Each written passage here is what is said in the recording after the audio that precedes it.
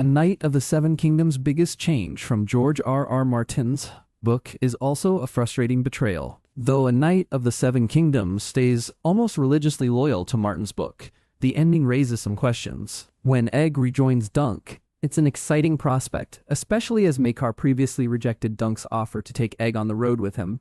But that's not the end of it. The series includes a scene of the Targaryens departing Ashford, only to show Maekar searching for his son, who did not have his permission to join Dunk. Egg does join Dunk in the novels, but Martin's version plays out differently. When Dunk first expresses his desire to have Egg as a squire, the offer is contingent on them living the life of a hedge knight, but Maekar turns him down just like in the show, but he does come around. Martin never actively wrote a scene where Maekar agrees to send Egg with Dunk, but the Targaryens leave before the boy joins Dunk, so Maekar knew where Egg was going, which changes everything. You can stream all of Season 1 on HBO Max. In Martin's version, Maekar's eventual agreement shows that he truly believes going with Dunk is best for Egg, allowing him to take an active part in breaking the cycle that so many Targaryens seem to fall into. As much as Maekar loves his sons, but his oldest two, Daeron, Henry Ashton, and Aerion, Finn Bennett, are not the noble men that he hoped to raise, and sending Egg with Dunk is proof that he is trying to correct his mistakes, though he gives his son away to prove his identity to get out of any scrapes. Maekar's acceptance of this shows his character growth after he spends the story ignoring Aerion's cruelty, but Maekar's arc isn't the only one that is disrupted by this change. Having Egg run away again backtracks from his progress in Episode 4. Egg isn't cruel, like his brother,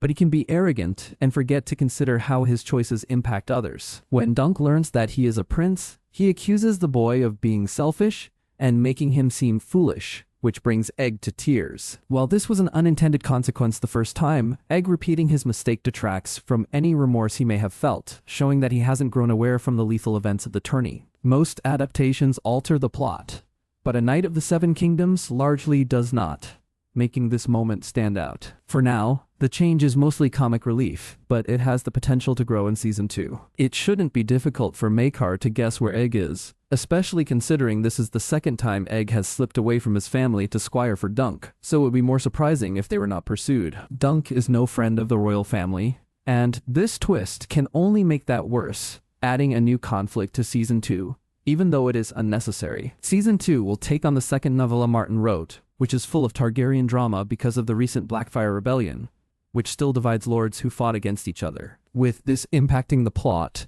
Dunk's personal issues with the royal family are irrelevant and should have been resolved in Season 1. While this story isn't done, Maekar will not be searching for Egg in Season 2, as Sproul has confirmed that he will not appear in the next installment. This could mean that the tension between them is never mentioned again, making it an odd choice to include in the first place, or it could be drawn out for several seasons. While Maekar himself will not be chasing Dunk and Egg, there are other Targaryens and their many allies who may be. Showrunner Ira Parker has remained tight-lipped about Season 2, but when asked about returning characters, he admits, whether or not somebody will come in and out of Dunk's world again, I would say probably. It may have the potential to explore interesting characters, but if Egg's disappearance becomes a major plot point in Season 2, it will only emphasize this unnecessary change, which might best be forgotten. A Knight of the Seven Kingdoms is streaming on HBO Max in the US.